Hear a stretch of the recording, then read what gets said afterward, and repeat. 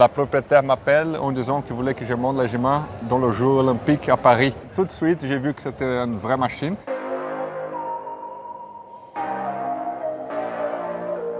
Les meilleurs cavaliers de la planète sont évidemment ici, présents à Aix-la-Chapelle pour toute cette semaine.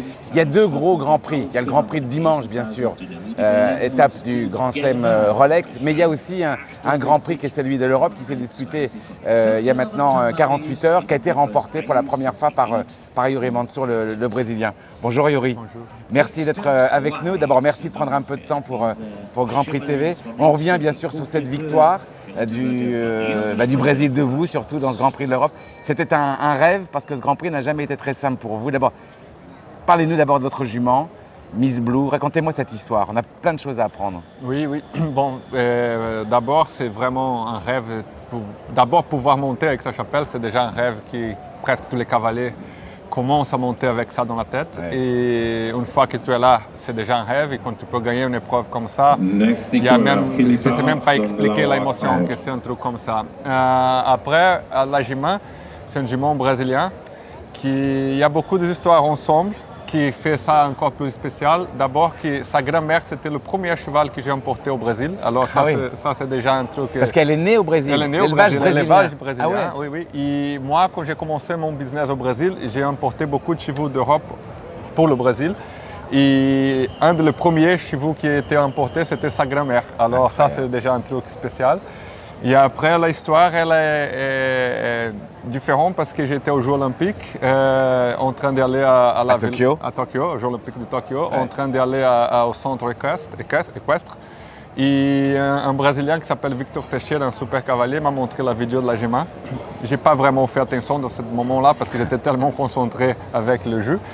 Et bon, l'histoire, elle s'est passée comme ça. À la fin d'année, 25 décembre, le jour de Noël, la propriétaire m'appelle en disant qu'il voulait que je monte la jument dans le jeu olympique à Paris. Carrément. Exactement. Ok, la jument avait 7 ans, presque pas sauté de concours. Oui, nous c'est comme c'est ça, tu sais, j'ai pas fait vraiment attention. Mais quand on dit pas sauter de concours, elle a carrément rien fait à 4, 5, 6, c'est que quelques petits parcours à 7. Exactement, mettre 20 à 7 ans, c'est ça qu'elle avait fait. Elle a dit qu'il voudrait envoyer la jument à moi. J'ai dit ok, je suis très merci si tu le fais, mais j'ai pas vraiment cru. Après, j'ai donné mon adresse et plus jamais j'ai entendu de nouvelles. En mois de juillet l'année passée, le transporteur m'appelle, il dit qu'un jument brésilien arrive chez moi. Un jour après le jour qu'on m'a appelé. Et quand je ne me rappelais même pas. Incroyable. C'était un truc que je disais, mais quel jument brésilien? Il m'a expliqué, alors ok, elle arrive. Tout de suite, j'ai vu que c'était une vraie machine, mais je ne pouvais jamais imaginer que dans un an, elle pouvait venir ici gagner. Parce qu'il y a quelques mois, elle faisait encore des épreuves à 1m30. Et là, vous avez remporté une épreuve à 1m60. Oui, le premier Grand Prix des Étoiles était fin de novembre l'année passée. Alors, tu imagines, c'est incroyable. Alors, quand vous parlez, Yuri Mansour, des Jeux Olympiques, c'est Los Angeles 2028 24. Tu imagines? Dans un an. Oui, la fille, elle avait déjà ça dans sa tête. Et alors, quand j'ai vu que la jumelle était très bonne, j'ai dit, OK, on va risquer beaucoup, mais on va faire un programme un peu fort pour la jument. Mais même dans ma tête, le programme fort, c'était à la fin de cette année commencer à sauter des Grand Prix.